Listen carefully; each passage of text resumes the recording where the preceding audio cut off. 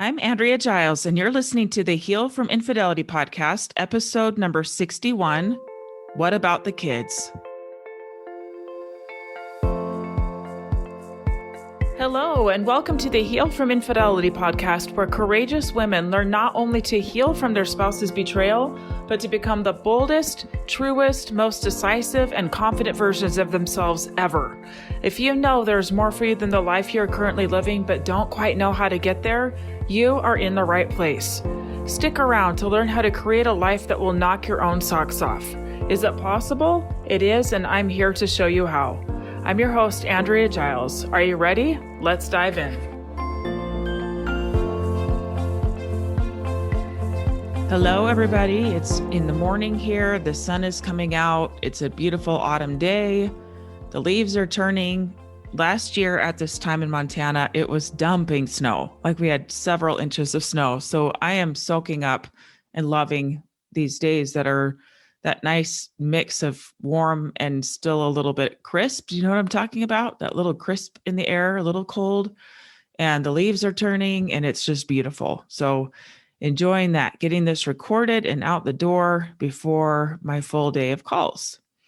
So before I jump into this week's episode, I want to say thank you to the people who have taken the time to leave reviews lately. It's always so wonderful to hear from my listeners, to hear what's helping you, to hear your own stories of growth and resilience.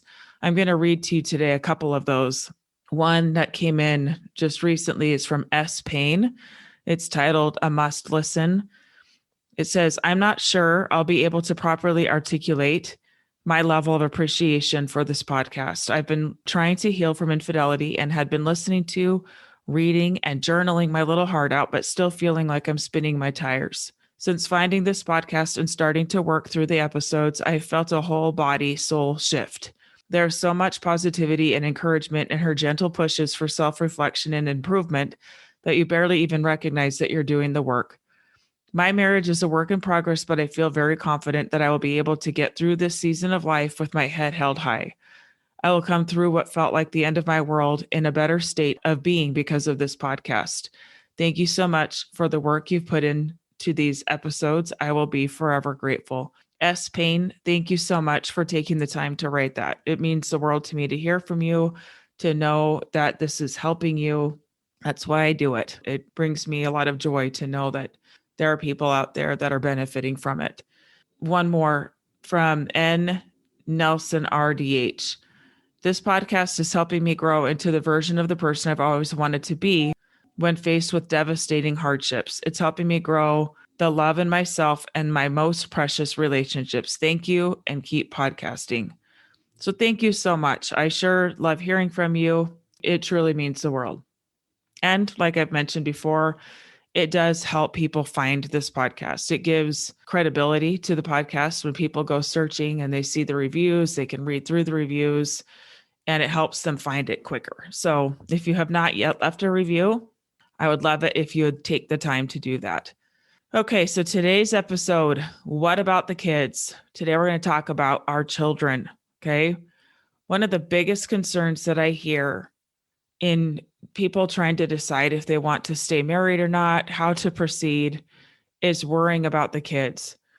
Even if they feel like they already know what that decision is, like let's say they decide that they want to stay married, they might still worry about the kids because they know that the stress and the upheaval, they wonder how it's affecting their kids, even if they know that they're staying, right?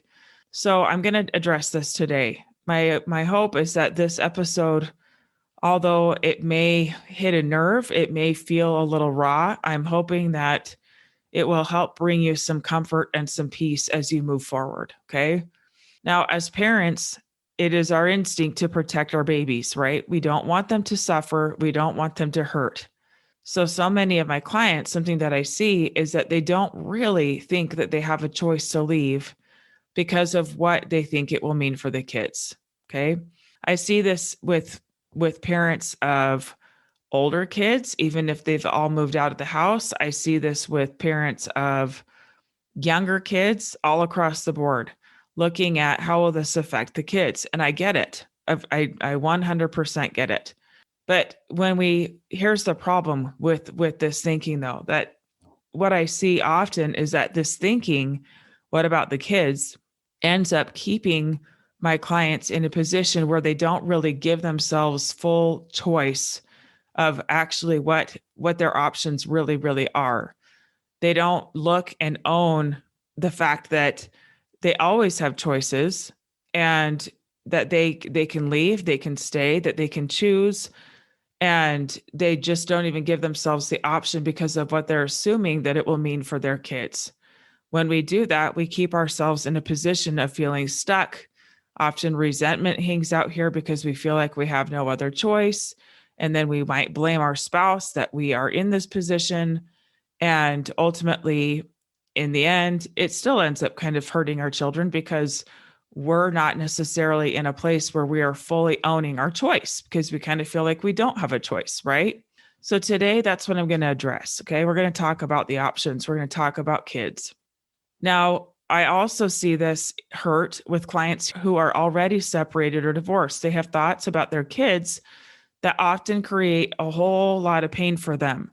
They don't like that their kids have to go back and forth to different homes. They don't like that sometimes their kids are exposed to the new girlfriend or a new wife or a new husband or whatever the case may be. Okay. They don't like that. And they make assumptions about it. They make assumptions that it's hurting their kids, that it's hurting their relationship with their kids to have them going back and forth. And again, while I understand this, I want to shake this up a little bit. Okay. I'm hoping that this episode will loosen some of these beliefs for you and hopefully bring some relief. Okay, so let me ask you this, okay? What do you want most for your kids? I want you to take a minute and think about it. What do you want most for them? Like deeply, long term, what do you really want for them? Now, on the surface, you may think that you want them to be happy and healthy. You want them to become productive, contributing adults. But are there any things you want more than that? Are there things that run deeper than that? Here's an example. Sometimes prospective clients come to me, and what they say is that they want for their spouse to stay in the marriage. Okay. They just want it to work. They want him to want to stay. They want to figure it out. But when we do a little digging, there are things they want more than to keep their marriage. Maybe what they really want is to feel chosen on purpose, to have a relationship where they feel safe. And yes, they may really love their spouse and want it to be them, but when they can let go of the outcome and it not being that specific person, they often understand that they want more. They are just afraid of letting go of the outcome in service of what they want most. Okay, so let's go back to the kids with this. Okay. A couple of weeks ago, I was talking to one of my kids who is newly an adult, newly out the door, and she's trying to figure her life out. She's trying to figure out who she wants to be in this world. And we were talking specifically about faith and religion. And she's just trying to figure some things out. Where do I land? What do I want? Questions like that. And I had a discussion with her, and something I said to her is that while on the surface, it sounds really nice that I want my kids to follow in my footsteps of my faith tradition, what I believe, how I've lived my life in regards to my faith. When I really think about it, there's something that I want more. What I really want more is for my kids to be truth seekers. I want them to be willing to go look for truth and to grab onto it when they find it. When they find that truth, to have the integrity to stand by it, whatever that looks like. That means me releasing myself of the outcome of what that needs to look like. It might look different than me. And that might temporarily bring a little discomfort to me as I watch my kids step into their own and make decisions for them. But ultimately, what I want for them is I want them to live by truth, to seek for truth and then stand by it with integrity. That's what I want more than the temporary comfort of them just following in my footsteps and doing the things that I want them to do for me, right? Okay, so Now, I want you to think about some of your own heroes, your personal heroes. Maybe think about one person. What do you know about them? What I want to know is, has their life been easy? Has their life been smooth sailing? My guess is that it has not. If you look at any movie, any good book, there is a hero and a hero's journey. No hero was ever born without a hero's journey, and that journey looks like struggle. That journey looks like pain. It looks like having to dig deep to see what they are made of. It looks like standing alone. It looks like adversity. Often it's multiple kinds of pain and adversity. That is the making of a hero. Yet as parents, we want to help our children avoid their own hero's journey because we think it will be better for them to avoid it. We don't want them to have to go and be alone and fight those battles and feel all that adversity and feel pain, right? And I so understand. And I was that person. I've told this story in a past episode, but I think for the sake of this episode, I'm going to just share it again here real quick. So when I was making the decision to get divorced, I knew that it was probably the best decision, but I had so much resistance to my kids having divorced parents. I hated it. I was really mad about it. I was mad that my kids were going to have divorced parents, and I fought tooth and nail against it, that I did not bring these kids into the world so that they could grow up with divorced parents. And I remember one time I was praying and I was just really mad. And I was like in this struggle, like, okay, I feel like this is what you want me to do here, but this is not fair. And I don't want this for the kids. And how is this okay? And I was just really struggling with it.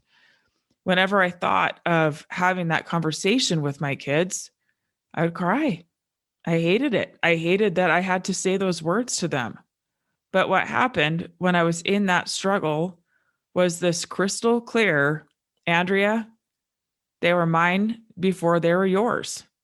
I love them more than you do. I know what they need more than you do. This is part of their journey. Move forward.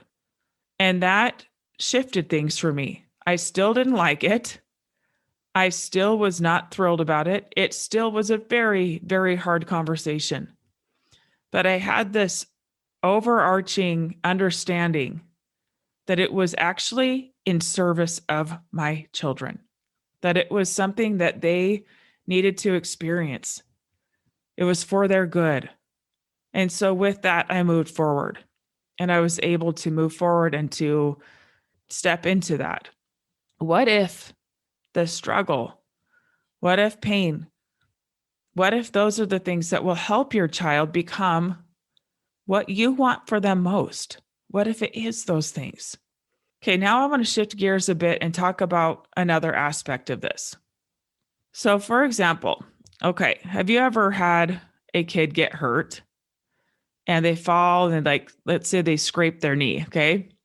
And they look up at you and they wait for you to respond.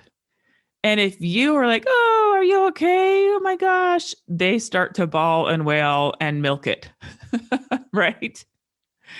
And if you, on the other hand, are just like, oh, better get that cleaned up, they're like, oh, no big deal, right? Our kids mirror us. They mirror us. They look to us. They look to us for how to respond to things. They mirror it. If you freak out, they freak out. If you are calm, they are calm. Okay. So there's this book that is really interesting. It's called Brain Talk. It's by David Schnarch. And he talks about mind mapping, which is a part of interpersonal biology. Okay. We all are born with this ability to mind map. It's a form of safety. It's a form of knowing how to protect ourselves. And what it means is that basically we can pick up on cues, that we can map other people, that we can see. Now, this is off topic a little bit, but so many of you have said to me, I just knew that something was off. Mind mapping, you knew. Okay, you're tracking. You're able to track. That's what this is. Okay. Now, kids are very good at this innately. They're good at it. They can pick up our cues. Okay. When we're feeling down, have you noticed, like, if you're feeling down, your kids start to feel down? If you're anxious, they become anxious. We set the tone for better or for worse, right? Sometimes I just don't like all of that responsibility, but we set the tone. They're watching. Okay. Now, something that happened years ago that I've given a lot of thought to, I want to share with you. The very last time I saw my first husband, at the time, I had full custody. I had driven them to a family event with his family. I drove them there and left them there with the family. And he gave me a card. And in that card, he said to me that he knew that he had not been the father that he needed to be, but that he took a lot of comfort and knew that our kids would be okay because I am their mother. And that's the last time I saw him. He died a few days later. Now, those words have stuck with me, because I am their mother, because I am their mother. Okay, what does that mean? What it means to me, what it has come to mean to me, and I want you to think about this for you, is maybe it's enough that just because I'm their mother, they will be okay. And what I mean by that is that I know myself, and I know that I always am striving to be the best version of me possible. I know that I'm always going to continue to grow. I know that I'll always challenge my own thoughts, my own patterns, that I will always try to show up in integrity. I fail often, my friends. I fail a lot, but I always know that I will check myself and that I will keep trying, right? What if that's enough? You are sitting here listening to this podcast. The fact that you are listening to this podcast tells me that you also are interested in growth and continuing to learn more about yourself and moving forward. You are not interested in staying trapped in victim mentality for years and years and years, or you would not be listening to this if you were, right? What if that's enough? What if you being their mother or father is enough? What if you continuing to grow into the best adult version of yourself is what will help your children the most? What about if they have to spend time at the other parent's house and you don't necessarily love the environment? Yes, even then. What would it be like for you to just trust that they will get the exact experience that they need for their own long-term good, and that they'll get the best from you as well? What if that contrast is serving them? What if that contrast is showing them the kind of adult they want to be? What if that contrast is showing them and helping them discern between how they want to feel and discerning how they do feel in different environments? What if that is going to serve them the best, even if there's things that you don't love on the surface? What if your kids really will be okay because you're their parent, regardless of the outcome here? The current struggle you may see your kids in is not all there is. Scan out. We hear all the time that life is short, but what if it's also long? What if the experience they are having now is setting them up for their own hero's journey? What if this is part of their hero's journey that is necessary for them to become the adults that they always were intended to be? Now, I want to show you or teach you a little bit about what this looks like according to the thought model, okay? If we believe that something has gone wrong, of course, it's going to create some kind of anxiousness in us, or doubt or question, okay? That will show up in our actions. So if we're feeling anxious, that anxiety is going to be the fuel that we use in the actions that we're taking, okay? That will create more of the same. We will show up with anxiousness. We will be hovering. We will be worried. We will be overthinking, right? It's going to create more anxiety. And the truth of it is that our kids will pick up on our anxiety, and they often feel anxious when we do. Now, the opposite is true.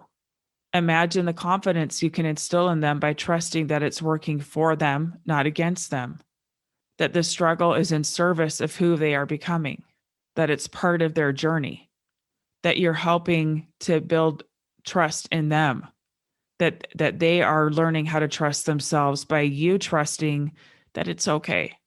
I understand the temporary discomfort when our kids are uncomfortable. I'm a mom, right? I know what that feels like. I want to challenge you to hold space for yourself in that space. And what I mean by that is I don't want you feeling like you have to go rush and make it better for them. I want you to trust a thought like this: my kid is struggling and it's okay. It's okay. I don't need to rush in and make it all better. It's serving them, it's expanding them, it's helping them to develop grit and resilience and strength, even if you won't see the fruits of it for a while. But you growing your tolerance to their discomfort is in service of them. Okay, it's in service of your children. You being able to hold that space for yourself without reacting to it, without reacting to your own discomfort, is helping your children to do the same for themselves. You are mirroring it. You're mirroring how to tolerate discomfort, how to not react to it. What a gift, right? What a gift to give our children. To wrap this up, I want to remind you, my friends, that the key here is to tap into who you want to be and what you want to feel. The more you become familiar with yourself and what you really want, it will become your guide. Sometimes divorce is the action that comes from wanting to create a life of peace and safety. Sometimes staying married and leaning into that marriage with more vulnerability is what will create that. But when you trust you, your desires, your wants and longings, trusting that they are good, trusting they are for your good, and then trusting that they are for the good of your children, is what is going to expand you and help them to expand. They are watching, and they will learn to do the same. They will learn to step into hard things because they have watched you do it. They'll step into hard things in service of the thing that they want most because they have watched you do it. They have been taught how to do it. They will learn to do this because you are their mother or their father. They will know how to be resilient. They will know how to feel their feelings as they navigate change and growth. I know for me, that is something I want more for my kids than for them to feel happy and comfortable all the time. I know that that is fragile and unsustainable. What I want for them is to have a foundation of strength, of trust, of resilience in themselves that they can rely on for the rest of their lives. So what do you really want for your kids? If you could scan out, short term, you might not want them to have divorced parents. You might not want them to have the pain of knowing that there's discord in your marriage. What do you want more than that? What is it? What do you want more than that for you? What do you want more than that for them? Identify what that is and let that be your guide rather than the false temporary comfort. It will come back to you. What I mean by that is that when we give in to these false temporary comforts and deny the thing that we want most, that is where resentment is born. That is where we know that we're not fully in integrity with ourselves. That is where we create emotional struggle for ourselves because we know that we're not fully telling ourselves the truth. So I challenge you to ask yourself these questions. What do you want most for them? What do you want most for you? And trusting that you going after what you want most for you is in service of them, even if it means some temporary pain and discomfort. It will serve them. Hold on to that belief. Okay? Your kids are stronger than you think they are. Humans are strong. Humans are resilient. Humans are powerful. We are made to do this. We are made to come here and to face trials and struggle. It's what grows us. It's what helps us to step into who we are and learn who we are so we can go out and do our work in the world. I hope this has brought you some comfort today. I hope it has been helpful. and sending so much love. I know where you're at if you're in this position of making these tough decisions. I know where you're at. I get it. But trust yourself, my friends. It's bigger than what you think. Scan out. Okay? Scan out. There's more here than meets the eye. Okay, sending so much love. I will see you next week. Bye-bye. Thank you for listening to the Heal from Infidelity podcast. If you would like to be kept in the know about upcoming free classes, new podcast episodes, and other ways of working with me, go subscribe to my weekly email. You can subscribe at AndreaGiles.com/lies-about-infidelity/. Again, it's AndreaGiles.com/lies-about-infidelity/. I will see you next time.